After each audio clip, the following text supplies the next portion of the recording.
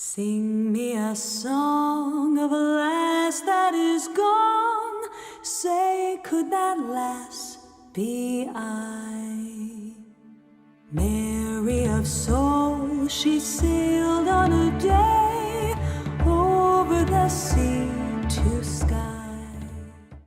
Hey everyone, Owlvine here. So I wanted to do something that I haven't done before and that I've been thinking about for a few months, and I thought I'll do it now. I'm going to do a favourites video, as you will have seen, I'm sure, from the title of this video. I thought this would be fun. So I've seen videos like this, you know, favourites for the month and stuff, and I just thought it would be cool to do. So I'm going to be doing it a little bit differently. I think that most people that do these videos show like new things, like this is my new thing, my favourite new things for the month or whatever. I do have a few new things, but how I wanted to do this, and I don't know if I'll keep doing this or whatever, we'll see how we go. I'll do it when I feel like it. That's usually how I do videos, just when I feel like it. So I'll just do like whatever I'm really enjoying for that month, like whatever it is, you know, just whatever I'm getting a lot of use out of or whatever. So I have some books here today, I've got a deck, I've got some oils, I've got some creative bits and pieces, I've got some stuff to show you, alright? So I thought we might start with the books. Is that good? Let's start with the deck. Okay, let's start with the deck. I changed my mind. So this month I've exclusively been working with one deck. Usually I'm using several throughout the month, at least two. Usually I use an Oracle and my Tarot deck. So I have the Druidcraft Tarot. I was going to say Oracle, it's not. Yes, so that's what I usually use. In tangent with, you know, whatever Oracle deck that I'm using at the time. But this month it really has been only one deck, and that is the Animal Spirit Oracle deck. This is the back, if you can see, kind of. The lighting is terrible today. It's a beautiful overcast day, so the lighting, it's dark, but this is like, I love this deck. It's amazing. It's amazing. So there is a tarot deck, the Wild Unknown Spirit Animal deck. There is so many names within that name, but the Wild Unknown is the tarot deck counterpart of this, and I love the imagery. I love the use of colour and black and white in this deck. I really, really enjoy connecting with spirit animals, or just with animal energy, I should say. So I love this deck so much, and I'm just showing you a few of the cards, but this has been the deck that I've been using all month, and just this deck, and I have this sitting on my desk. And I've been drawing a card every other day. Not every day, but every other day. Oh, Wolfie is upside down. Hi, Wolfie. So yeah, this has been my favourite deck for this month. It's amazing. There are lots of reviews and things online if you're interested in that sort of thing, seeing more about the deck, but it's gorgeous and I love it. And I feel like it's really appropriate at this time of year too. Being in winter, I don't know, it feels very, very primal and animalistic. So it's been perfect. The next thing I'll show you is my favourite incense. Oh my god. So Amethyst showed this on her Instagram account and her Facebook. And she was like, oh, I just got this incense. And I was like, oh my god, I haven't had that incense in ages. And it's the one that I began with, that and Nag Champa. I love them both, but this one's sweeter. It's called Superhit. It's amazing. When I saw her post, I was like, I need to get some more Superhit because I haven't had it for, I don't even know how long, like maybe a year or more. And then I went into my local $2 store, which is like, I don't know what the equivalent would be overseas, but like cheap store, right? It's got all the things from China in there. So everything's like wonderful and cheap. But anyway, they had this in there and I was like, yes, yes. So I've been burning this and I forgot how good it smells, and it just, like, I'm using it when I create at the moment, when I paint, and like it just takes me to that place, that soul place, you know. Oh, it's so delicious. Superhit. Get yourself some. It's so good. Alright, next favourite is a candle. It's the most beautiful candle in the entire world. This was a gift from the Americas. So this is, it's by Bath and Body Works, and it's called Leaves, and it's a scented candle, and it has this gorgeous little, look at this, the top, like what would it be called? It's not engraved in, like, it's pushed out. I should know what this is called. I'm sure some of you will know and tell me. But it's beautiful. It's got this leaf design on it and it smells so good. I light it behind me on my altar, right? And then when I'm in my space and I can smell it, like it's this tiny little candle with this beautiful strong scent, and it is so good. So if you know of or are near Bath and Body Works, or you can get it online or whatever, it's amazing. Amazing. So books next. So I've been reading some creative books, and I have got a spiritual pagan book as well to share. So I'll do one, then the other, then the other. How about that? So the first one is The War of Art. Now, this kept coming into my space. You know when you see something and then you get that intuitive hit, like, that's something I need to do or read or have, or, you know, like there's a thing about it. This kept coming up. People were talking about it all of a sudden. Like it kept coming up. So I'm like, okay, I need to read this book. And then I watched Wild Intuitive's video on, I think it was her last month's favorites, and she mentioned this. At that point I was like, yep, I'm definitely reading this book again because it's telling me to. So I read this ages ago. It was a gift from a friend for my birthday a couple of years ago. He bought it for me, and yeah, holy crap, you guys. This is like, it is a beautiful kick up the bum if you are not doing your creative work. Now he writes, he is an author himself, so his form of artistry is writing, but it can be for anything. It can be for crafting, painting, drawing, dance, whatever. Whatever is your creative soul expression and need to come out in whatever form. That made sense. This book, it's incredible. Like it really, really has helped me. It's helped me work through a lot of resistance. This book is about resistance. So even if, you know, it doesn't have to do with anything creative. I'm doing sighing a lot. I sigh a lot in my everyday life, and I realize they've been coming more and more into my videos lately. I'm a sigher. One of my favorite things to do, sigh. So it's about resistance. So even if you are not looking at kind of delving further into creativity, it is a brilliant book for any kind of work that you are wanting to do or put out there. We all have resistance in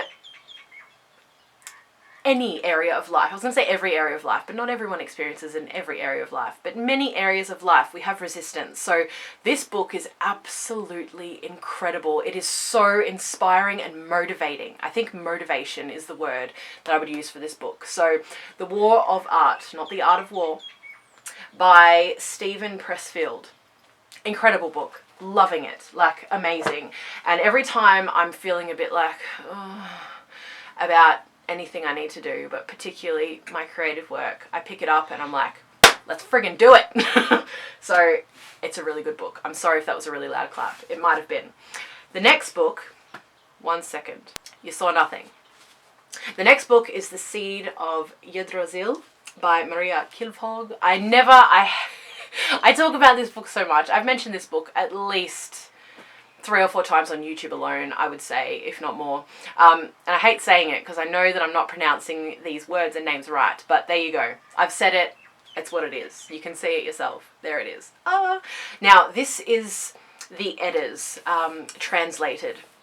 Now, Maria is Scandinavian, so she has a grasp on the language already, and she's gone through and she's just like poured years of her life into translating this and understanding it, and it's a brilliant book. It is definitely a tome. It is definitely an academic read, so it's not one that you sit down and just buzz all the way through, right? Absolutely not.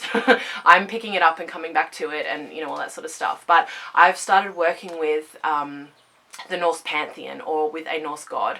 So I've felt re-inspired to get into all the Nordic wonderfulness. I've always loved Norse mythology, but yeah, it's something that I'm diving deeper into, and this book is just amazing. It is so comprehensive. It is her opinion, of course, because these are things translated from a really long time ago that we don't understand the entire context for. But as far as I can tell from what I know, Maria is a real powerhouse for this kind of knowledge. And she has a YouTube channel. I think I've mentioned that before too. I'll put a link for that down below. I'll put a link for all these books down below. Check it out. Love that book, and it's heavy and like weighty and like a real book, you know. And the last book that I want to mention is amazing, and I forgot to mention it in my creative video that I just filmed. I don't know which of these is going up first, but this book, oh my god, Brave Intuitive Painting by Flora Bowley, link down below. This book is amazing. This is on really creating intuitively. I feel like this is something that a lot of us struggle with, you know, where we're looking for the product, we're looking toward the end result of what we're creating, whereas like creativity, real deep creativity doesn't have those blocks on it, doesn't have those, you know, the blinkers of like, no, these are the way, this is where it needs to go. It's just raw, and it's honest, and it's truth, and it's out there, and it's messy, and sometimes it's not the most beautiful thing in the room, you know, but this book really has inspired me and helped me to open up creatively and really get in touch with that space in myself. I really adore this book, and like Flora is, look at this work. So she's been doing this for years and years and years and years and years and years. But there's like lots of pictures. Oh, that's the one I wanted to show you. Hang on. Nope. Where'd you go? Oh, here it is. This it doesn't want to be shown. So pretty. Right on my face. Yeah, her work is incredible because it comes from that absolute soul expression, and she's developed skills, you know, around her work now, and she just creates with that skill. That's something I haven't explained, and I want to talk about. Different video. I can't. But anyway, Brave Intuitive Painting is like, I'm loving it, and it's really, really helpful for getting in touch with that creative, intuitive self and bravely creating. So that's amazing. Now, one of my favorite, okay, let's do oils now. Oils. So the first is a fragrance oil. Cinnamon. So I've been using this for my new deity that's come in. I will be sharing who he is. I'm just creating some mystery, you know. No, I'm going to do an altar tour and I'll share who he is. But cinnamon for him, and I'm using that in an oil burner, and it's amazing. This is just a really cheap one. Like, it's not like a nice essential oil. It's just, you know, it's cheap and nasty, but it smells incredible. So good. So I'm loving cinnamon, and I just got it all over my fingers. I know you're not supposed to. It's like not good. Anyway, it's fine. Okay, and my other favorite oil is this little no name. Now, this was from my Coven ritual for Yule, which we just had last weekend. What day is it today? It's Wednesday. So on Saturday, we all got together and Crimson Fire made this, and it smells so good. I don't know what's in it. I think it's got like a sweetness to it. There might be a little bit of orange. I'm not good at these things. I think there might be a bit of a fennel, because it's like there's a sweet freshness to it. It's beautiful, and I know it's one that, like, you know, can't be reproduced or bought anywhere, so I'm sorry for showing you, but I just had to show you because it's like one of my favorites. But I need to fill this up with olive oil. It's very, very strong and beautiful, so I want to make it last longer, so I'm going to fill it up. The carrier oil in this was olive oil, apparently, so I need to fill that up, but I've run out of olive oil, so I need to buy some olive oil from the shop. I mostly cook with coconut oil, so we don't have generally an abundance of olive oil. Usually there's like a bottle in there that's always in there until you need it, and then there's none there. My favorite, my favorite creative tool at the moment is this big, thick brush. I've never used big, thick brushes. I've always done the little perfect little brushes, you know. But at the moment, I'm just slapping paint on and flicking things, and it's amazing. It's so much fun and like so expressive, and So this big fat paintbrush, I'm wanting to get more of these.